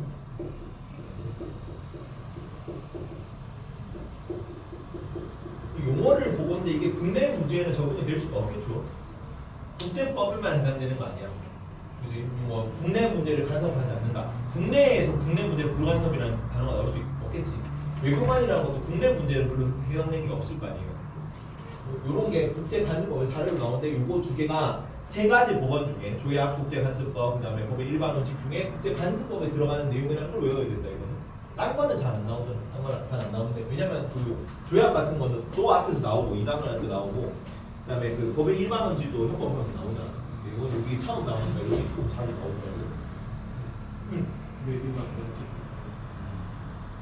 아, 외교관이 그쪽 법률로, 그러니까 원칙적으로 영사관은 있잖아. 영사관은 미국에 있어도 주미 대한공사는 그러니까 미국에 있는 한국 대사관은 한국 땅이에요. 그래서 거기는 치외법권이 적용돼요. 그러니까 외교관은 그쪽 법률로 취급되지 않아요. 책임받지 않아요. 처벌받지 않습니다. 그리고 면책 특권이 있다고 해요. 외교관 면책 특권. 공통점은 요거 맨날 이제 항상 나오듯이 어떤 건 여기에만 들어가는 거고 아까 현실주의, 자유주의 했듯이 요거는 뭐 어디에는 뭐 세 개 다 공통으로 들어가는 거고 그런 게 나오는데 21번에 국제사법재판소가 재판 준거로 삼는 거는 세 개 답니다. 국제사법재판소에서 국제사법재판소니까 국제법을 다루겠지. 근데 이게 국제법의 법원이잖아. 요 세 개가 다. 그래서 세 개를 다 고려해서 재판을 내려요. 국제사법재판소에서. 국제사법재판소의 재판 준거 21번. 그리고 22번에 강제성이 없습니다. 세 개 다. 강제적으로 집행할 국제기구가 없다. 조약도 서로서로 뭐 이렇게 하자라고 국가끼리 동의한 건데 쌩까면 하게 되는 거지 뭐. 그지? 그래서 강제적인 거 강제력이 없다는 게 공통점으로 셋다 들어갈 거고 23번에 국내법과 동등한 지위를 가집니다. 국내법. 근데 제시문에 계속 뭐라고 나오냐면 선지에 헌법과 대등한 지위라고 나와요. 근데 우리 법령이 어땠어? 법령이 헌법명조규였잖아.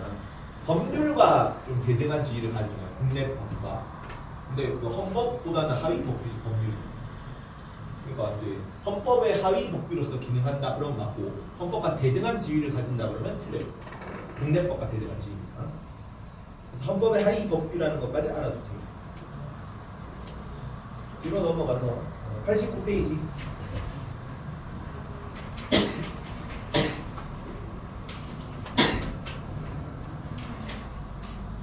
서준아, 그렇지. 서준아, 130번. 조약은 국제가슴법과는 달리 국제사법재판소의 재건국가 될 수 있는 거는 세 개 다랬지. 그래서 X입니다. 다시 밑에 거 서준아, 한 번 더 하자. 자, 조약과 달리 국제간섭법은 국제사회에서 포괄적 구성력을 가진다. OX. 오죠. 조약은 포괄적 구성력이 없다 그랬어. 포괄적 구성력이라는 단어는 국제간섭법이랑 법의 일반 원칙이 맞다고. 여기는 조약과 달리 국제간섭법은 국제사회에서 포괄적 구성력을 가진다. 오. 아까 오라고 했니? X라고 했는 것 같은데.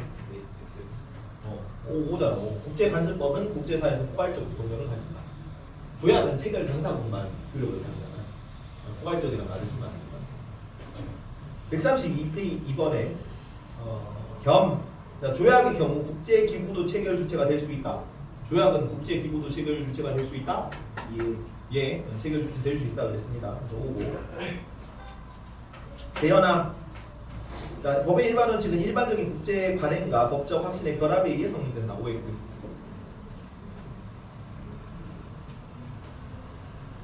법의 일반 원칙은 국제 관행과 법적 확신의 결합에 의해 성립되는 거. X. 뭐야 이거? 관습법이지. 국제 관습법입니다. 여기 국제 관행이 국제 관습법 키워드거든요. 여기는 보편적 원칙이라는 단어가 들어가야지. 그리고 뒤에 문제를 한 문제만 일단 같이 풀어보자. 134번 본다. 135번 봅니다. 자, A는 국제사회에서 일관되게 지속된 관행이 축적되고 이에 대한 법적 확신이 확신되어 성립된다. 뭘까? A는 국제관습법적 일반된 관행이 나오는 지속된 관행이 축적된다. A는 국제관습법. 자, A 성립에 있어 법적 확신이 필수 요건이지만 이를 바뀌는 것은 쉬운 일이 아니고 이에 국제법 주체 상호 간의 명시적 합의인 땡땡 체결. 국제법 주체 상호 간의 체결을 한다. 뭐예요? B는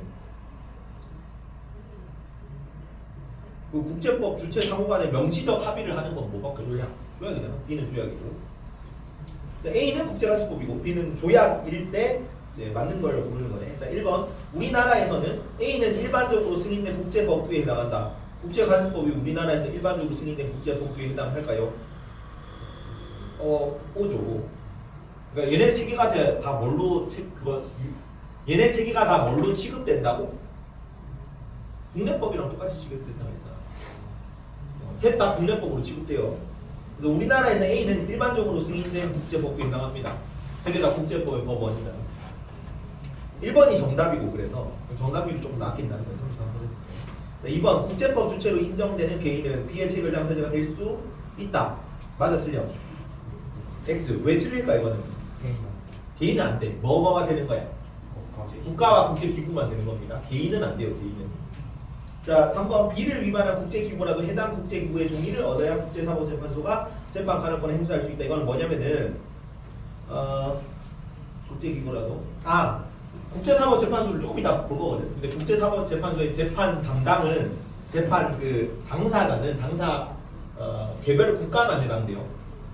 그러니까 국제기구는 국제사법재판소의 재판 대상이 아닙니다.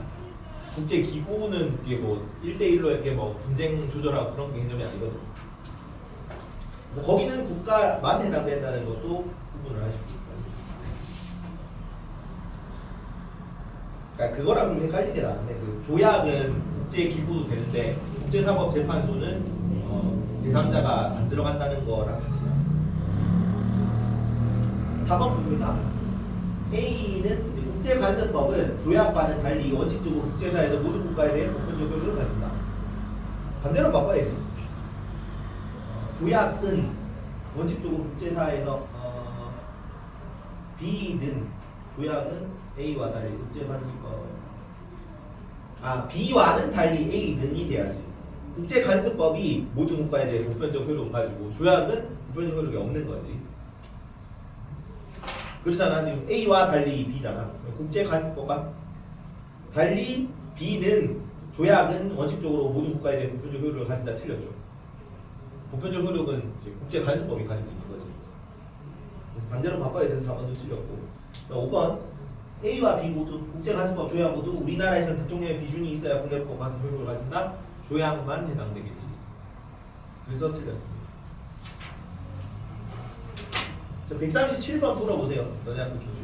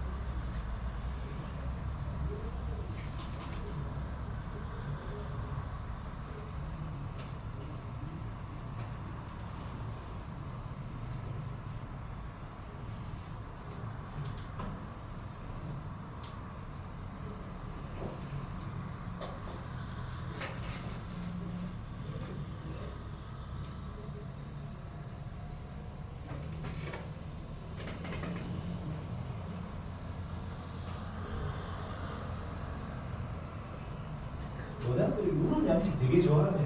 문제 맞고 하네. 배워서.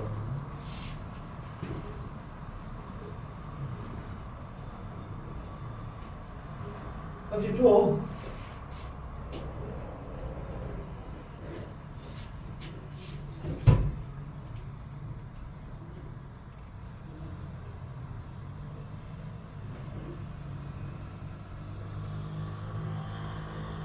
앞에 좀 쓰다가.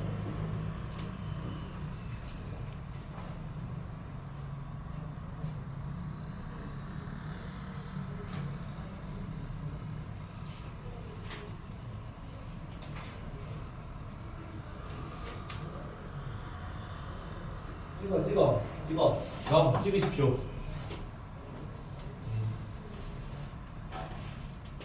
봅시다. 137번에 1번인데 1번. 자, 국제법 법안 A, C를 구분한 것이고, 자, 문서에 의한 합의가 일반적일까? 서주가 뭐예요? B가. B가 조약이고 A, C가 그러면 법의 일반 원칙이랑 국제간섭법이라는 얘기지. 둘 중에 하나가 뭔지 모르겠지만. 자, 1번 가의 국제사법재판소에서 재판의 증거로 활용될 수 있는가가 들어갈 수 있다. 자, 가는 B가 아니로 들어가네요.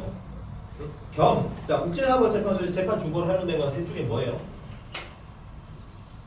국제사법재판소에서 재판 증거로 활용된 건 셋 중에 뭐야? 법의 일반 원칙하고 국제간섭법이랑 조약이랑 셋 중에서. 아니지, A가 아니라 셋 다잖아. 셋 다 재판 증거로 활용되지. 국제법의 법원이었잖아. 국제사법재판소는 국제법을 다루는 사법기관이고. 그래서 1번이 틀렸겠지. 옳지 않은 건 무슨 거야? 1번이 정답이겠죠. 셋 다 재판 증거로 활용된다고. 그래서 1번이 틀렸습니다. 자 2번 가에서 국제사에서 포괄적 구성력을 갖는가. 포괄적 구성력을 갖는 건 뭐였어? 겸. 포괄적 구성력을 갖는 거 두 개 뭐야? 그 조약이랑 뭔 조약이야 이씨. 서준이 뭡니까? 뭐야 뭐 서준아 뭐야? 포괄적 구성력 국제관습법이랑 일반 원칙입니다. 예. 조약은 그 체결 당사국들한테만 영향을 끼치니까 포괄적이라는 말을 쓰면 안 된다고 주의하십시오. 이거 자주 나온다는 거. 그래서 포괄적 구성력을 갖는가가 들어갈 수 없습니다. 가에는. 아니 갈 수 있지. 봐봐. 아니오가 B로 가잖아. 이제 조약으로 가는데 아니오가 맞고 A씨는 법의 일반 원칙이라고 국제법이니까 A씨가 얘로 가면 맞지. 그래서 2번은 맞습니다. 맞으니까 답이 아닌 거지. 자, A씨는 모두 우리나라에서 헌법보다 하위법에 해당한다. 맞죠? 국내법 취급당한다 그랬어. 그래서 3번도 맞고. 자, 외교관 면책 특권이 A의 예라면 그럼 A는 뭐란 얘기입니까? 국제관습법이지. 외교관 면책 특권이라는 거는 일반 원칙 이런 건 상관없고 국제적으로만 이렇게 국제관습법이라는 단어에만 들어갈 수 있는 용어잖아요. 그래서 그러면 C는 법의 일반 원칙이니까 신의성실의 원칙은 일반 원칙이 들어갈 수 있겠지. C에 맞습니다. 그래서 C가 4번도 맞는 내용이니까 답이 아니네. 자 5번 가에 우리나라에서는 국회의 동의를 거쳐야 법적 효력을 갖는가? 뭐가 국회 동의가 필요했니? 조약이 필요했으니까 B로 가는 거 들어갈 수 없다네요. 아니온데 없다로 된 거니까 맞죠. 문제를 참 뭐 이런 식으로 변별로 낼 수밖에 없다. 이쪽 파트는 차라리 2단원 같은 거는 뭐 내용이 엄청 많잖아요. 왜 이렇게 그러면 애들이 그냥 알아서 분량에 나가 떨어져가지고 변별력이 나오거든. 근데 여기는 내용이 별로 없어가지고 문제를 꼬아내서 점수를 벌려줄 수밖에 없어. 변별력을 38번, 39번은 좀 해라. 아직 안 되는구나. 자, 6의 2단원으로 갑니다. 이제 아이 완자부터 좀 풀어보자. 완자 안 가져온 사람? 결국은 끝날 때까지 안 샀지? 뽑아주고 암기라도 제대로 책 사는 것보다는 외워오는 게 더 중요하다.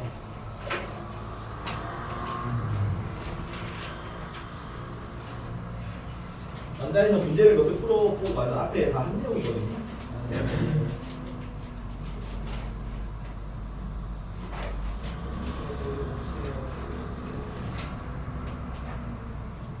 (189) 아니다 188페이지부터 2번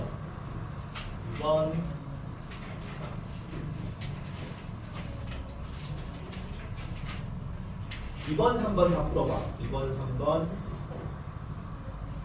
4번 6번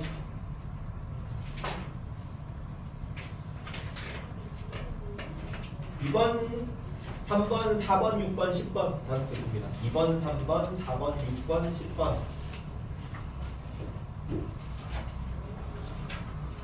대충 다 내용이 들어가요.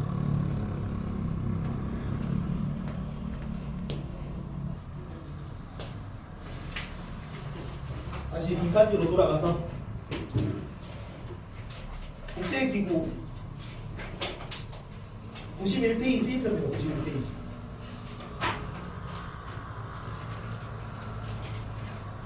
자 국제기구에서 딱 두 개만 볼 건데 사실 둘 다 국제연합과 관련된 겁니다. 국제연합이 아까 뭐 끝나고 만들어졌다고? 뭐 끝나고 2차 세계대전 2차 세계대전 1차 끝나고는 연맹이 만들어졌지. 이 국제연합에 대해서 보는데 걔네가 그 강대국들 들어가서 뭘 가졌다고? 뭐의 강대국들이 뭘로 임명이 됐고 걔네가 뭘 가지고 있었다. 상임이사국이라는 게 임명됐어요. 안전보장이사의 상임이사국 자격을 가지고 그 국제적인 안건에 대해서 거부권을 가지는 게 특권이란 말이에요. 얘네들 특권. 거기에 대해서 보는 거고 그 UN 산하의 관련 기구입니다. UN과 관련해서 UN 뭐 자문, 법률적 자문 이런 거 담당하는 거야. 그다음에 국제법 적용해가지고 각국 분쟁 해결해주는 UN 산하 기관인데 이런 국제사법재판소라고 해요. 결국 다 UN과 관련된 거지. 거기를 이제 국제기구 파트로 보는 겁니다. 6의 2단. 6의 내용 전부예요. 첫 번째 국제연합인데 자 국제연합은 뭐로 이루어지냐면은 그냥 국제연합의 두 축입니다. 두 축. 두 축인데 UN 총회라는 게 있고 UN 안전보장이사회라는 게 있어요. 줄여서 안보리라고 더 많이 부르죠. 안전보장이사. 지금 유엔 그 24년 기준으로 유엔 그 해당국이 유엔 가입국이 총 몇 개국이냐면 193개국이야. 그 193개국이 전부 다 참가하는 게 중요합니다. 안전보장이사에는 딱 15개국만 참가해요. 아까 미중 영프로 걔네가 상임이사국이랬지. 상임이사국은 상임이 항상 임무를 맡는다는 상임이에요. 걔네는 안 바뀝니다. 45년에 만들어질 때부터 지금까지 쭉 5개국이었어. 몇 번이 확대 논의가 있었거든. 뭐 일본, 독일 뭐 이런 애들 막 들어가려고 시도하고 있단 말이야. 그 막으려고 커피클럽 이런 거 들어봤어요. 그 뭐 일본 들어가는 걸 결사 반대하는 게 우리나라고, 그다음에 뭐 그 이탈리아 이런 거, 이탈리아도 조금 우리나라 거의 비슷해요. 국제 뭐 무역량이나 인구나 뭐 이런 게 국가 크기 정도 이런 게. 근데 이탈리아가 영프 들어가면 독일 못 들어가면 이탈리아가 들어갈 수 있거든요. 스페인이나 이탈리아. 그 들어가지 못하게 그 특히 독일이 못 들어가게 막는 게 이탈리아, 스페인입니다. 절대 못 들어가요.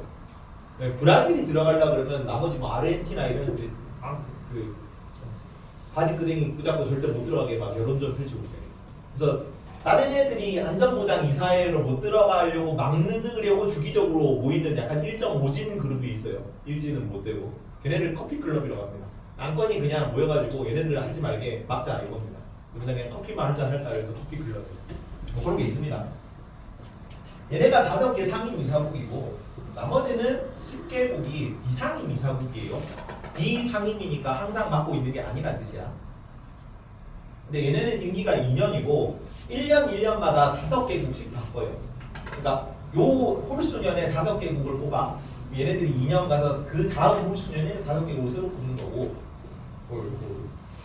짝수년에 5개국을 요때 뽑아. 그러면 또 2년 후에 다음 짝수년에 5개국을 뽑는 거죠. 그러니까 여기 5개국 새로 뽑고 새로 뽑고 항상 몇 개국이야? 항상 10개국이에요. 그래서 매년 절반이 구성원이 바뀌는 겁니다. 그래서 좀 단일한 통합된 안건을 내기가 좀 힘들겠죠. 근데 여기 지원하는 것도 그 나라마다 좀 차이가 있어. 뭐랄까 이 비상임 이사국을 좀 영향력이 큰 국가일수록 비상임 이사국도 많이 해요. 우리나라는 3번 했거든. 근데 우리나라 그 유엔 가입한 게 93년도인가 그래. 그래서 별로 안 됐기 때문에 이 정도면 그냥 적당히 한 겁니다. 독일, 일본 이런 애들 많이 했어요. 국제적 영향이 크다 보니까. 뭐 6회, 7회 막 이렇게 하고.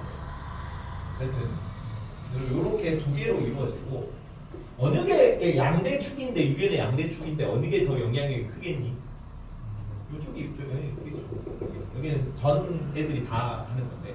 그래서 얘가 최고 의결 기구긴 해요. 최고 의결은 여기서 하는데 실질적 얘는 최고 의결 기구라는 용어를 쓰고 여기는 실질적 의결 기구라는 용어를 씁니다.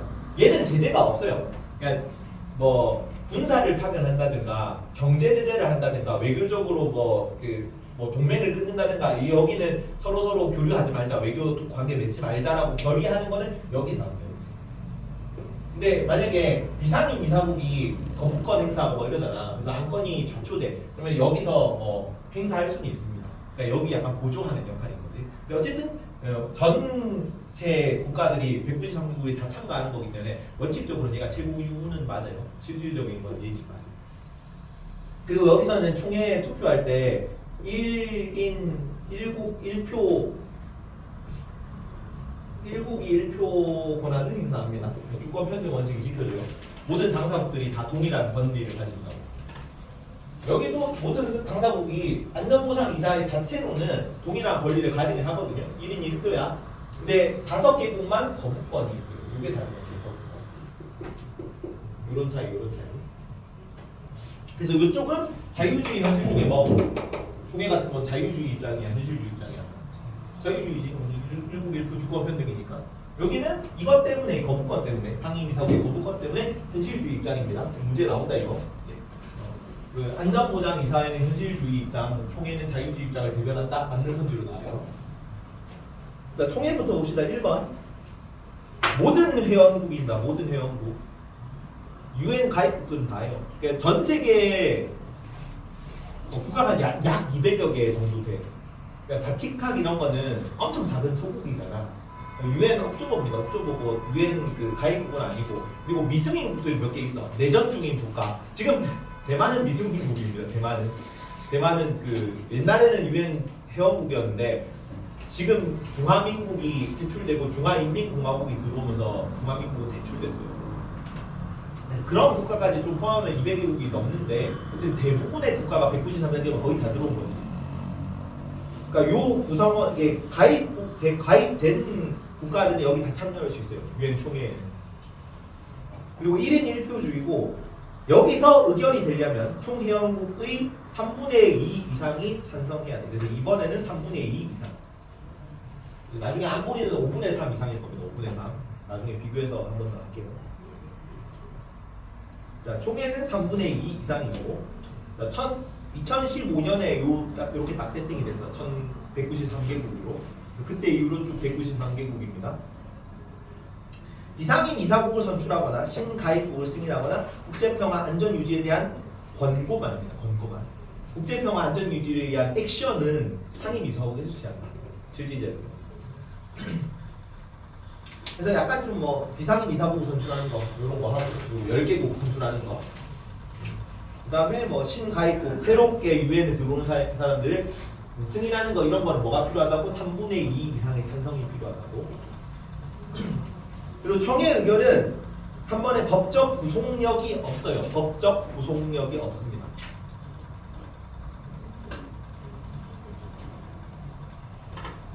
자, 국제사법재판소의 판결은 법적 구속력이 있을까요? 없을까요? 법적 구속력은 있어요. 법적 구속력. 근데 내가 이렇게 하라 그러는 게 법적으로는 효력은 있어. 근데 그거를 실천을 못해요. 제재 수단이 없어서. 이해가니? 근데 국제사법재판소는 법적 구속력은 있지만 제재 수단은 없는데 얘는 둘 다 없다고. 그래서 어떤 정도만 가지냐면 권고 종다의 효과만 가진다고 해요. 권고. 그래서 도덕적 권위나 혹은 공고적 효력을 가진다고 합니다. 법적 강제력은 없고. 국제사법재판소는 법적 강제력이 있다. 그러니까 법적 구속력이 있다. 구속력, 강제력이 없는 거지. 구속력은 있어요. 구속력은. 안전보장 이사회로 넘어갑니다. 밑에는. 4번 5개의 상임이라고 부르죠. 5개의 상임. 5개 상임 이사국과 미중 0%죠. 그러니까 유엔 창설 1945년 당시에 제일 잘 나가던 5개인 거지. 그리고 10개 비상임 이사국. 5번에는 10개 비상임 이사국. 5개 상임 이사국은 종신직이고 임기가 없습니다. 계속 쭉 가는 거고. 비상임 이사국은 2년마다 바뀐다고 했다. 으로 구성되는 실질적 의사결정기관. 저 위에는 최고의결기관이었죠. 저 위에는 최고의결이고 밑에는 실질적 의결기관입니다. 실질적. 자, 똑같은 거는 1국 1표 주인 건 똑같아. 유엔 총회도 1국 1표고 뭐 이렇게 오다선지 이렇게 나오는데 투표권이 투표 권리가 차등적으로 배분되진 않아요. 그 분당 틈이 차등적으로 배분될 겁니다. 국력에 따라서 뭐 국민 총소득 이런 거에 따라서 표는 다 한 표도 똑같고 근데 뭐가 다르냐면 총이사국 이거는 똑같구나. 총이사국 3분의 5 자 15개국인데 3분의 5면은 5분의 3이면 몇 개국이야? 5분의 3 15개국인데 5분의 3이면 9개국이죠. 그래서 6번에 5분의 3 이상의 찬성으로 의결된다 그러고. 자 그러면은 유엔 상임 이사국들이 전부 다 찬성해서 5개국이 거부권 행사를 안 했어요. 그런 경우에 몇 개국이 반대하면 의견이 안건이 부결돼요. 몇 개국이? 그러니까 9개국 이상 되지.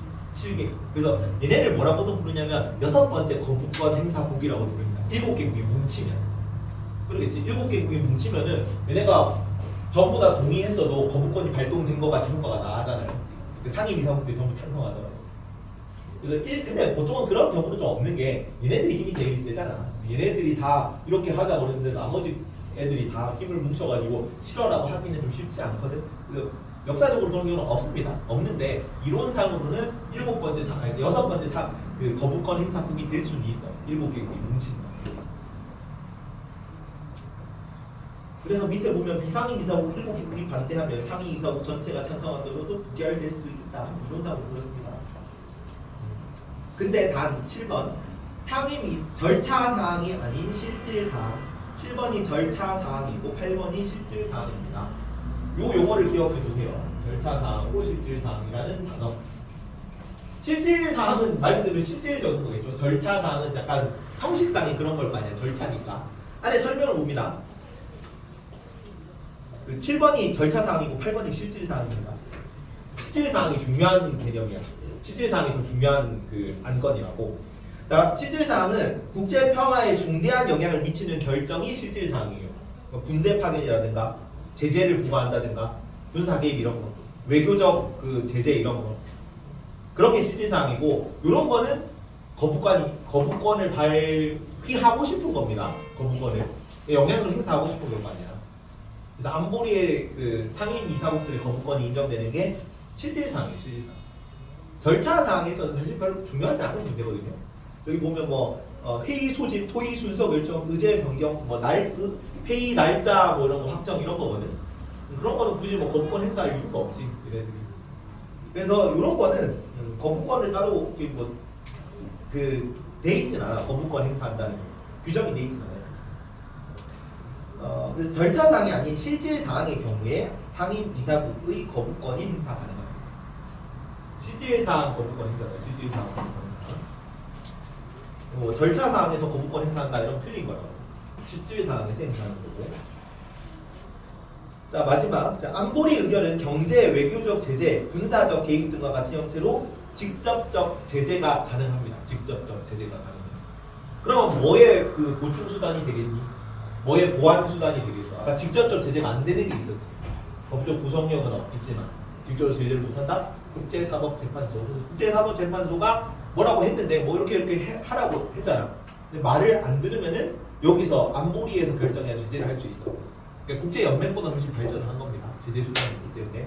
근데 이것도 사실은 좀 쌩 까면 그만이에요.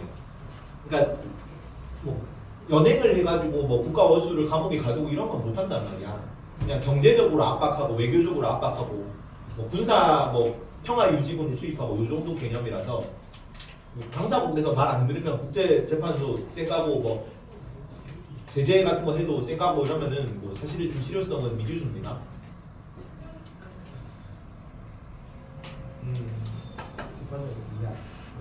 이건 조금 이따 봅니다. 이거 한 개 봅니다. 한 개.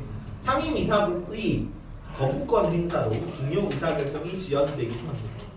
상임 이사국의 거부권 행사로 국제연합의 한계야. 5개국인데 사실은 얘네가 다 자기 이권 추구하는 애들이죠. 그래서 다 같이 뭉쳐가지고 뭔가를 하려고 할 때 한 명이라도 태클 걸면은 진행이 안 된다고. 제일 최근에는 러브 전쟁 당시에 미국이랑 유럽에서 그 러시아 제재 결의안을 계속 올렸거든요. 러시아가 다 부결시켰어요. 당연히 그러겠지. 자기 국가에 대해 제재안이 올라왔는데 찬성할 리가 없잖아. 근데 알면서 그냥 올린 거야. 제재한다. 항의하는 차원이죠. 근데 결국은 실행이 안 됐잖아. 러시아가 계속 부결하면 그렇게 된다. 그래서 거부권 행사로 중요 의사결정이 지연되기도 하고 12번에 회원국들의 분담금 미납입니다. 분담금 미납. 유엔이 나름 큰 국제기구거든요. 세계에서 제일 규모가 큰 거 아니에요? 그러겠죠? 그러니까 뭐 이익 기업 말고 이런 식으로는 제일 큰 국제기구거든. 운영하는 데 돈이 많이 들겠지. 안에 산하 기구도 엄청 많잖아요. 유니세프도 있고 뭐 국제사법재판소도 관련 기구고 국제 세계 무역기구 이런 것도 다 UN 밑에 있는 거란 말이야. 그래서 뭐 이런 걸 운영하는 비용이 드는 거를 그 회원국이 총 193개국이죠. 얘네들한테 다 갈라서 요 정도 서로 나눠서 부담하자라고 해놨거든요. 그리고 강대국들이 조금 돈 많이 버는 사람들이 많이 내고 적게 내는 사람들이 적게 내는 식으로 부담을 해놨어. 근데 간신히 막 이름만 올린 그런 사람들은 그런 국가들은 그것도 낼 돈이 없는 경우가 많거든요. 잘 안 내요. 그래서 분담금 미납. 그래서 약간 그 강대국 중에 뭐 안보리 같은 경우는 그러니까 안전보장 이사의 상임 이사국 같은 경우는 약간 강제력 행사할 수 있는 게 있으니까 영향력 행사할 수 있는 게 있고 좀 많이 부담해도 불만이 없는데 그러니까 애매한 국가들이죠. 이탈리아, 스페인, 우리나라 같은 나라들 분담금에 대해서 약간 불만이 있어요. 나머지가 안 내니까 우리는 낸다는 거 아니에요. 그래서 재정적자에 계속 시달리고 있답니다. 만성적 재정적자.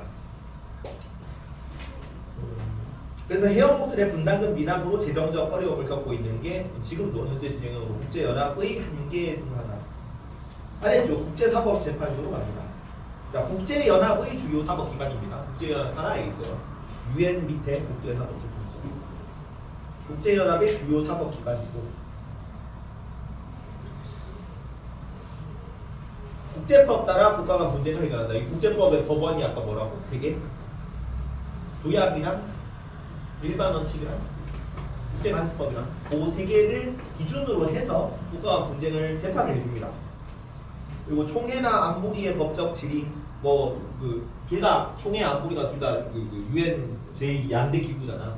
여기서 이런 거 하려고 그러는데 국제법적으로 무슨 문제가 없어? 국제법적으로 어떤 향이 좀 올바른 방향일까? 이런 거 물을 때 법적 자문을 구하는 역할을 할 때 조언을 해주는 그런 역할을 수행한다고.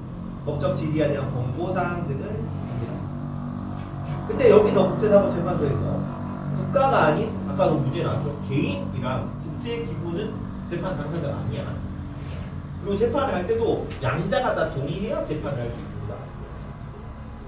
자, 구성도 중요하니까 구성도 일단 별표까지는 좀 그렇고 별표까지는 넘어가고 일단은 이거 중요한 개념이긴 하다. 총회랑 안보리에서 둘 다 안보리랍니다. 총회 및 안보리라고 돼 있어요. 총회 및 안보리에서 그리고 국적이 서로 다 달라요. 서로 다른 국적의 15인 재판관으로 구성됩니다. 근데 재판을 할 때는 재판 당사국 국적의 재판관이 한 명은 들어가게 한대요. 그리고 재판 당사국의 재판관이 없으면은 그 당사국에서 요청한 국적의 다른 재판관을 임명할 수 있답니다. 그래서 최대한 한쪽 입장이 불리하지 않게 중립적으로 하려고 재판관을 정한대.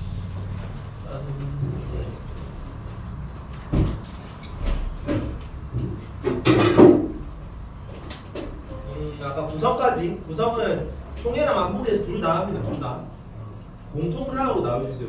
총회 안보리 공통사항으로 국제사법재판소 재판관을 추천할 수 있다. 이렇게 판결은 어떻게 되냐면 분쟁 당사국 모두의 동의가 있어야 애초에 재판장으로 갈 수 있어. 한쪽이라도 거부하면 재판할 수조차 없습니다. 그리고 재판할 때는 출석 재판관 과반수 찬성 16번의 과반. 아까 UN 총회 의견은 몇 분의 몇? 3분의 2. 그다음에 안보리 의견은 몇 분의 몇? 5분에서 5분 나눠서 9개 국이었죠. 여기는 과반수입니다. 국제사법재판소 재판은 과반수 찬성으로 판결을 하고요. 판결은 당해 사건에만 이건 잘 안 나오긴 하더라. 여기 수측에 나와 있어서 넣었는데 당해 사건에만 효력이 있고 다음 사건은 구속력이 없답니다. 자, 판결은 뭐는 있지만 법적 구속력은 있지만 법적 구속력도 없는 거 누구였어? 총회는 법적 구속력도 없어요. 그냥 공고적 의견만 있었죠. 권고하는 효과만 있다. 권고하는 효과. 하지만 뭐가 없냐면 직접적 제재 수단은 없습니다. 제재가 이렇게 쓴다. 뻔히 아이스입니다. 제재. 직접적 제재 수단은 없습니다. 판결을 내려줄 때 그걸 안 했을 때 이렇게 해야 돼라고는 못한다고. 직접적 제재 수단은 없고, 근데 옆에 보면 총회는 구속력도 없다라고 돼 있죠. 구속력은 있는 거야. 국제사법재판소니까. 그렇기 때문에 판결 위이행 시에는 어디에서? 안보리에서 적절한 조치를 취합니다. 안전보장이사회에서.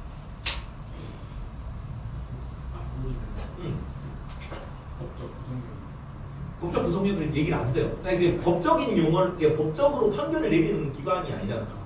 그러니까 여기서 판결을 내렸을 때 안 하면은 여기서 한다고. 그래서 밑에 보면은 안전보상이사의 법적 구속력 그냥 이렇게 돼 있죠. 언급을 따로 안 합니다. 이거는. 아래쪽에 정리해 봅시다. 총회는 법적 구속력도 없고 직접적 제재 수단도 없죠. 사법재판소 같은 경우는 법적 구속력은 있다 없다? 20번에 그래서 있다. 네, 직접적 제재 수단은 있다 없다? 없다. 21번에 X. 안전보장 이사에는 직접적 제재수단이 있다. 법적 구속 등에 대해서는 언급을 안 합니다. 이거를 뭐 이렇게 하라고 판결을 내리는 그 기관이 아니기 때문에. 총회 아주 위에 그리고 그 안보리에서 제재를 하더라도 제재 수단이 있긴 하거든. 근데 실효성이 미약하다는 표현까지 알았더라. 이게 제재는 할 수 있지만 그게 강제력 같이 뭐 이렇게 잡아가지고 벌금을 부과해서 강제로 징수하고 이런 개념은 아니라 군사 군사력 투사나 뭐 경제 제재 뭐 이런 정도밖에 안 됩니다. 경제 제재나 외교 제재 이런 거. 의결은 밑에 봅니다. 총회는 총회원국 몇 분의 몇 이상? 3분의 2 이상. 사법재판소는 출석 재판관 가반이고 안전보장이사회는 총 이사국 몇 개국 이상? 5분의 3이니까 9개국 이상. 그러니까 5분의 3보다는 9개국이라는 용어를 좀 더 많이 써요. 9개국 이상의 찬성으로 의결된 것입니다. 이게 문제를 한번 봅시다.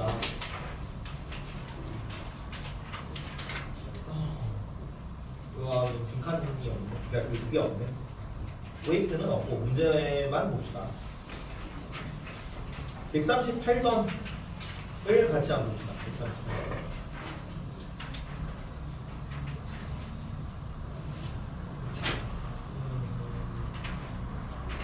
자, 국제연합의 주요 기구 AC에 대한 우리 설명과 모르는 거. 국제연합은 모든 회원국으로 구성된 A, 모든 회원국으로 구성된 데 누굽니까?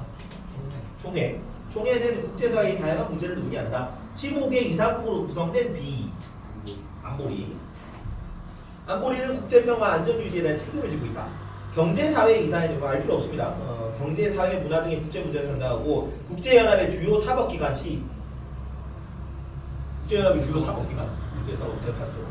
그래서 A는 총회, B는 안보리, C는 국제사법재판소에 대한 설명을 보게 되겠지.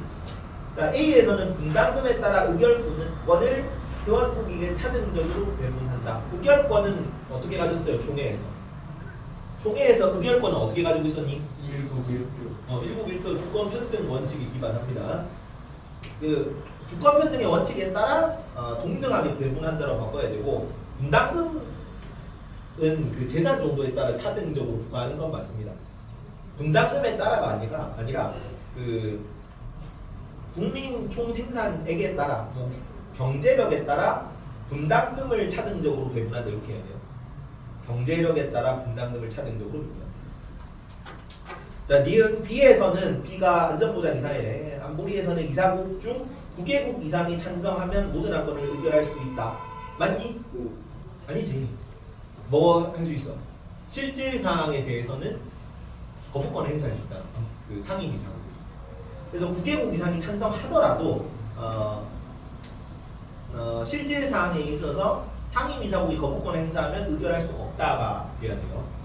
모두 의결할 수 있는 건 아니라고. 디귿 국제사법재판소는 간습법을 재판의 준거로 활용할 수 있다. OX. 오. 세 가지 다 됐었지 재판 공부는. 자, 국제사법재판소는 원칙적으로 분쟁 당사국들이 합의하여 분쟁력을 요청한 경우 관할권을 가진다. 맞니? 그지? 둘 다 동의해서 재판을 요청해야 재판 할 수 있다. 그래서 디귿 리을이 정답입니다. 139번부터 141번까지 풀어보세요. 네 번째.